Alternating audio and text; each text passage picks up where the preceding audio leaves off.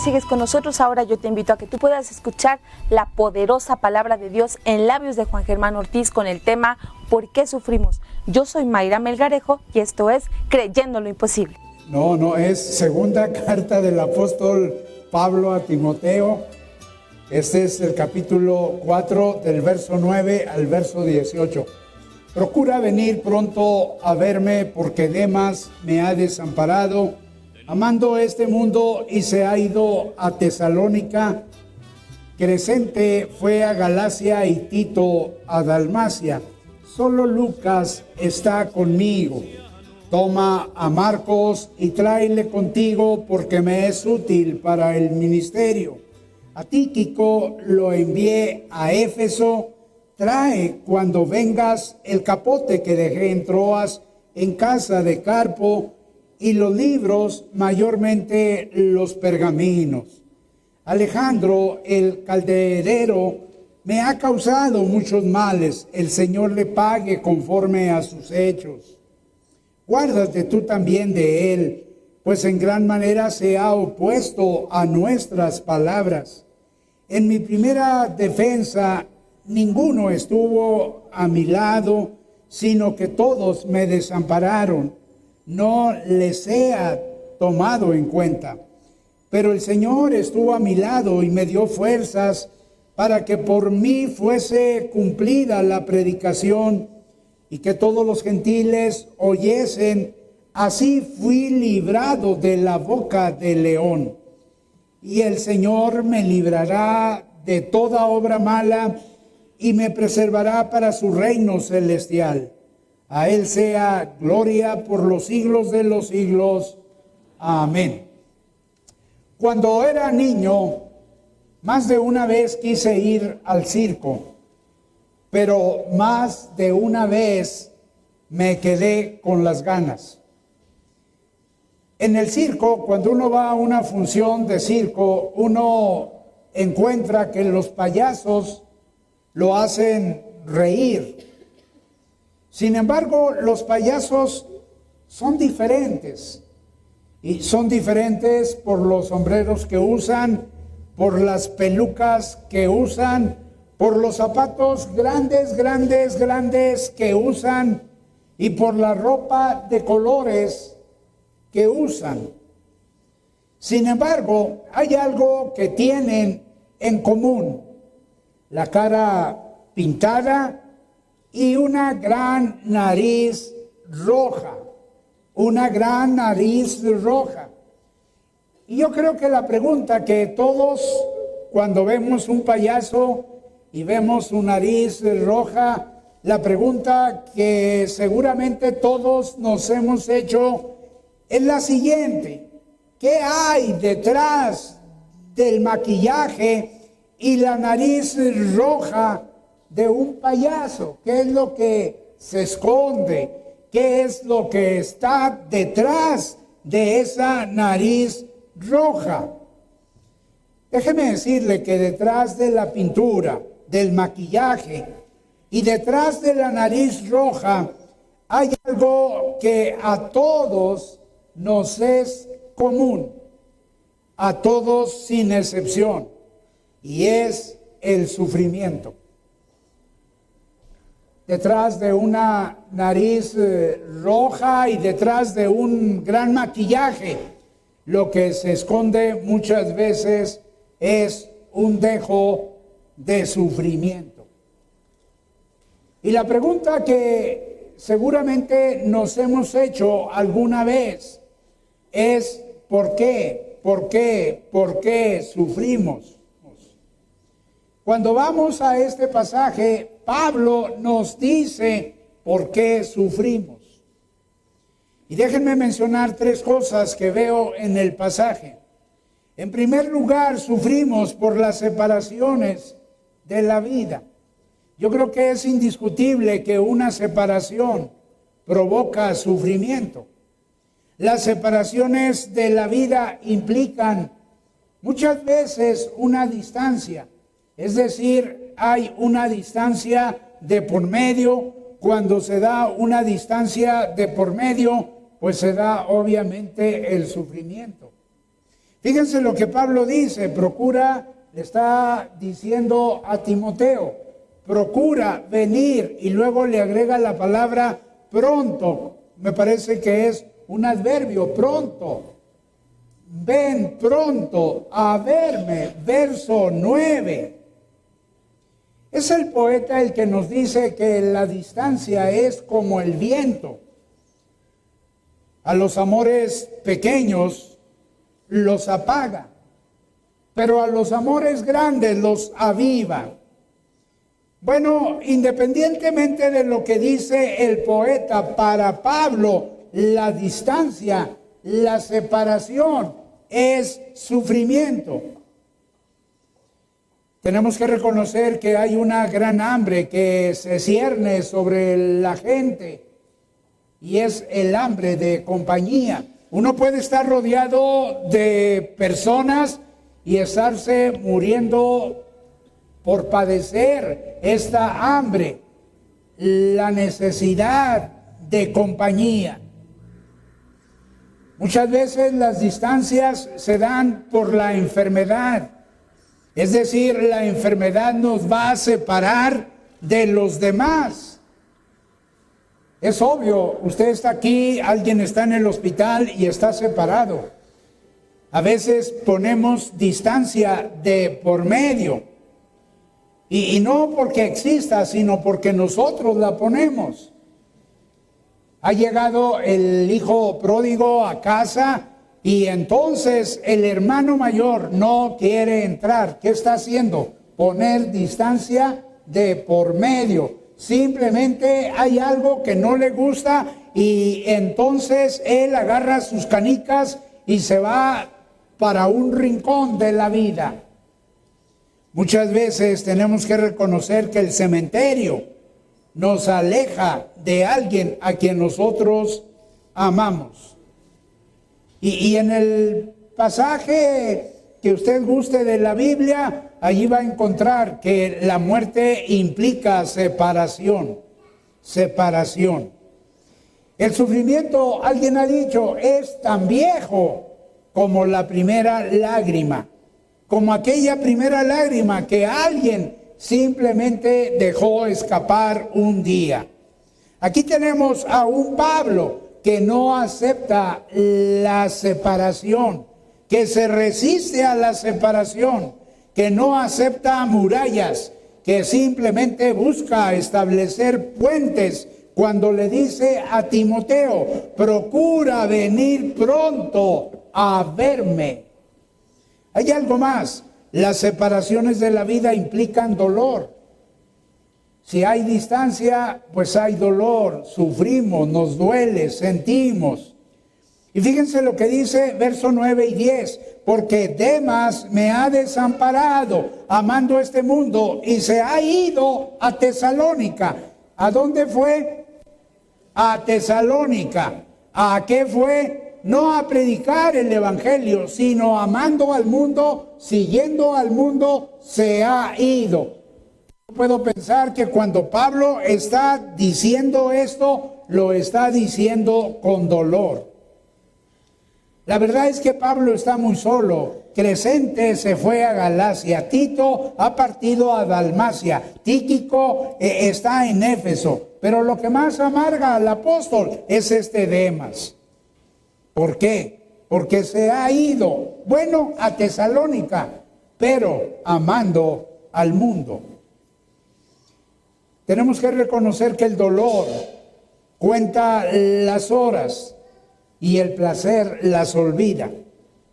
Pablo cuenta las horas que le están separando de Timoteo.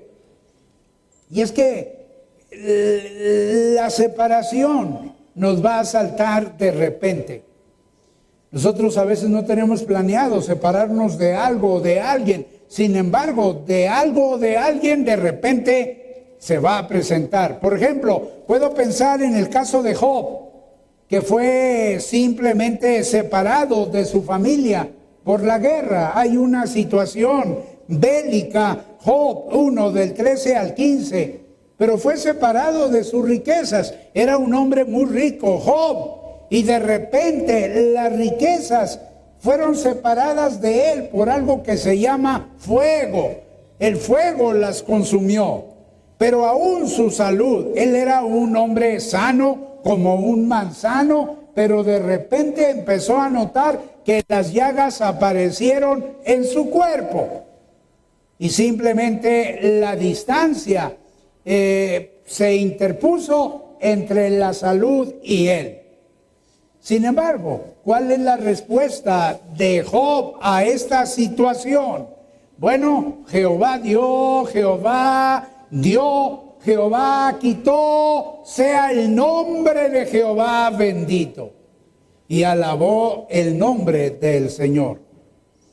Déjenme decirles que feliz el hombre cuyas circunstancias concuerdan con su carácter, pero mucho más excelente es el hombre cuyo carácter concuerda con cualquier circunstancia.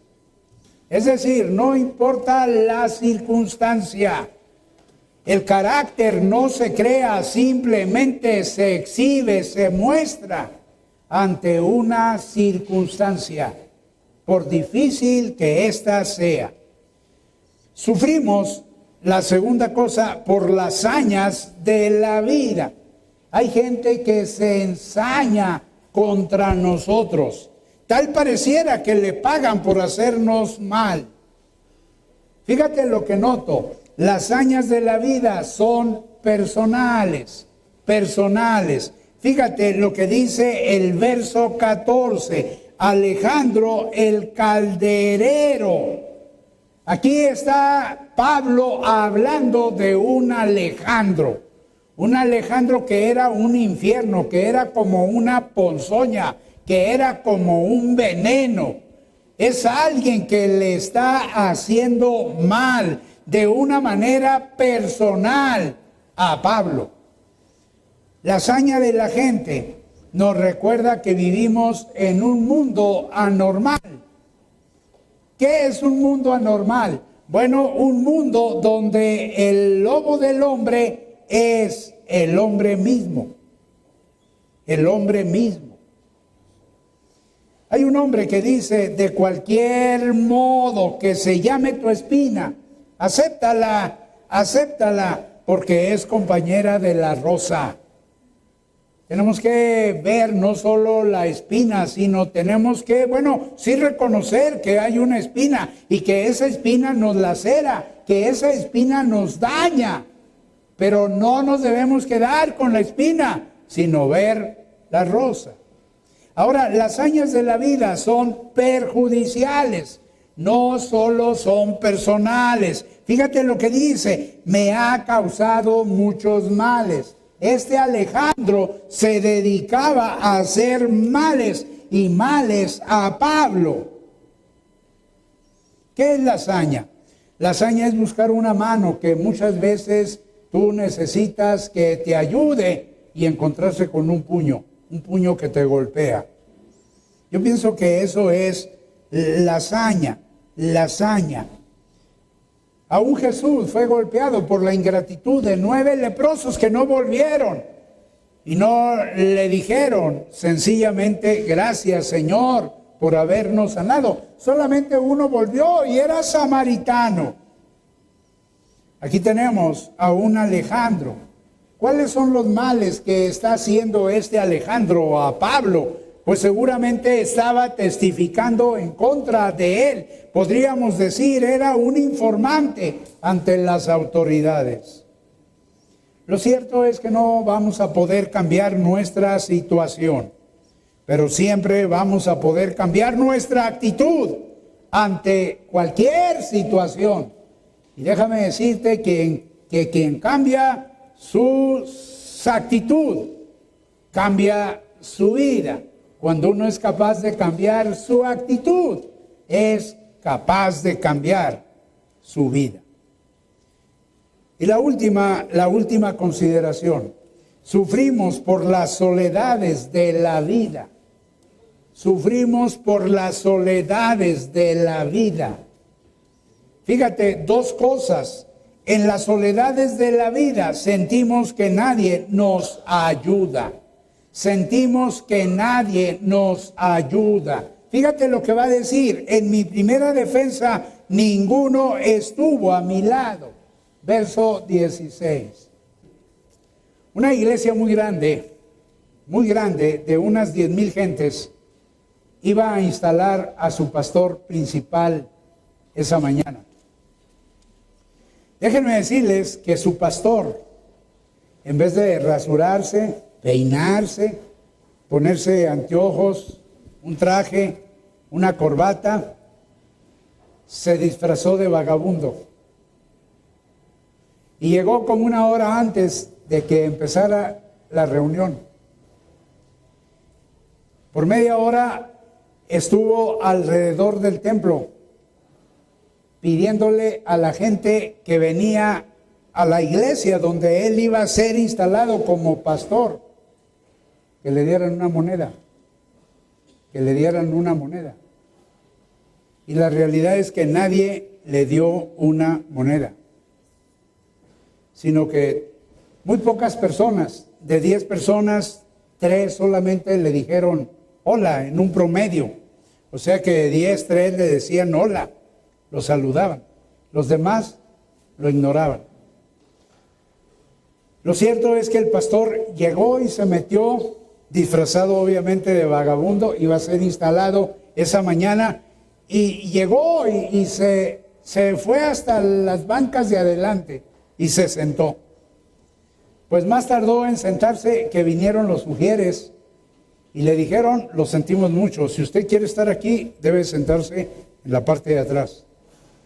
Y pues lo llevaron de una manera convincente, lo llevaron hasta la parte de atrás. Y el culto empezó y llegó el momento en que iban a presentar al pastor. Y obviamente alguien pasó al frente y dijo: hermanos, estamos reunidos porque esta es una ocasión muy especial. Hoy vamos a instalar, y dieron el nombre del pastor, lo vamos a instalar como pastor principal. Yo quiero pedirles que por favor todos le demos un aplauso. Le dieron un aplauso, todos miraban para todos lados hasta que notaron que alguien en la parte de atrás se puso de pie. Y entonces empezó a caminar por el pasillo. Y vino y se subió, con la sorpresa obviamente de todos, se subió a la plataforma, tomó el micrófono y entonces empezó a leer un pasaje que les recomiendo lo busquen. Está en Mateo capítulo 25. Enfermo, desnudo, en la cárcel, y no vinisteis a mí, no me ayudasteis.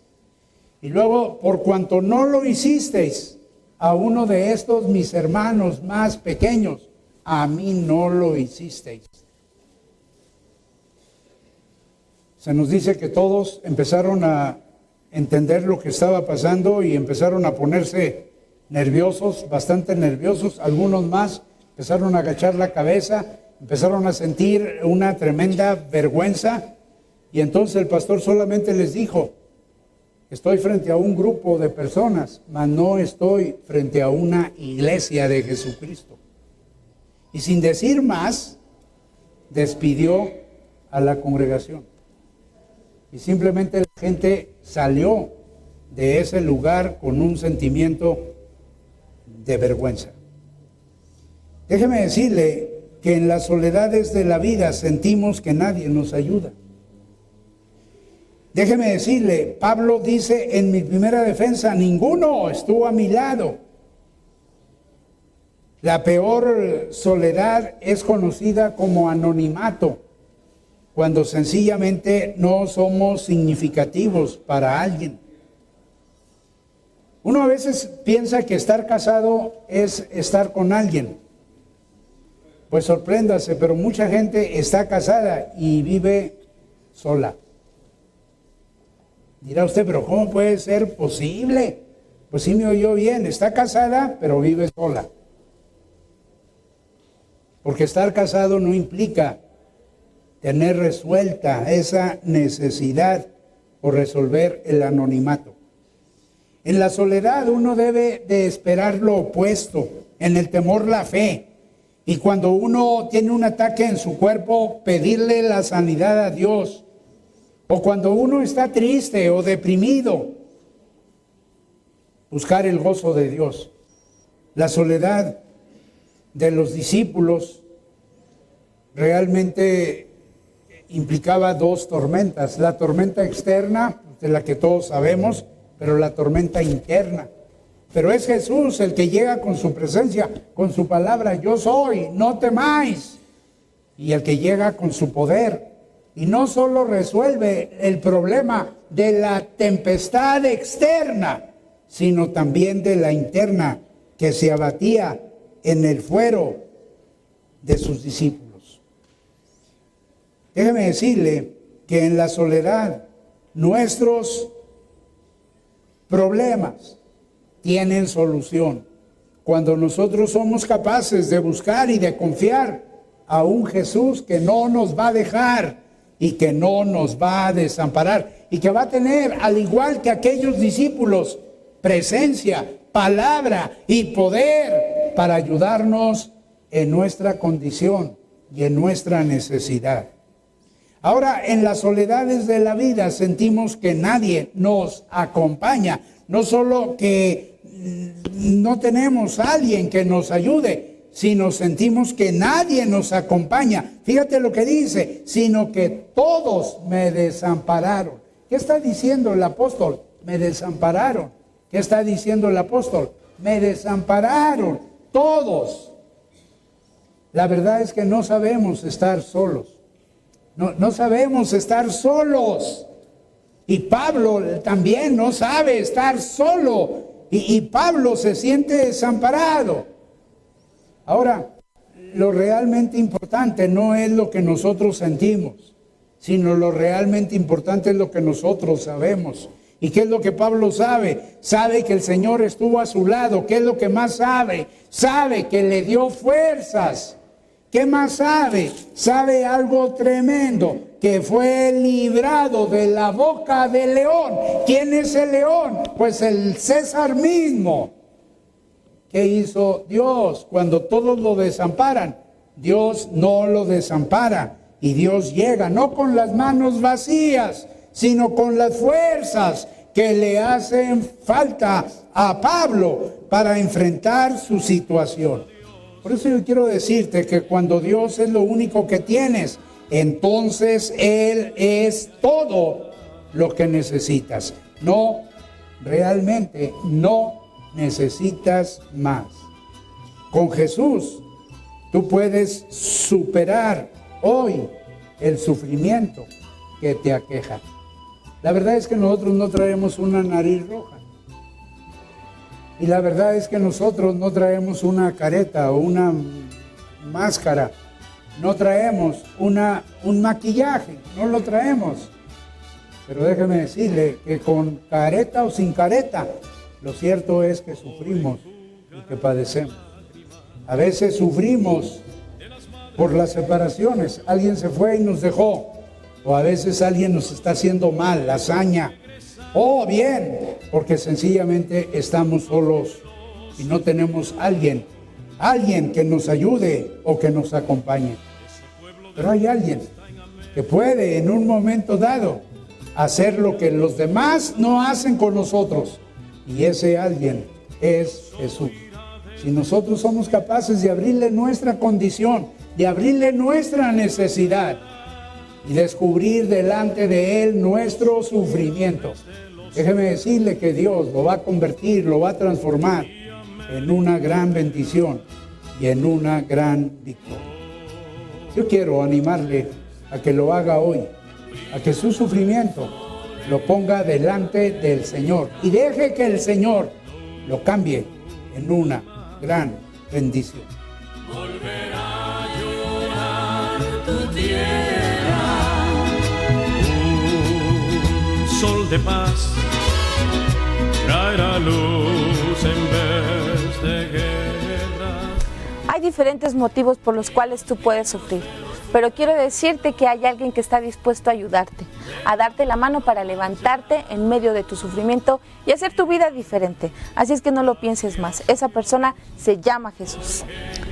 Yo te invito a que nos marques si tienes sufrimiento, estás pasando por algún sufrimiento y quieres que alguien ore por ti, márcanos al 5705-1588 o aquí a Cambio 1440 al 1035-0043. ¿Y qué creen? Vamos a un corte comercial muy breve y regresamos a este su programa, Creyendo lo Imposible.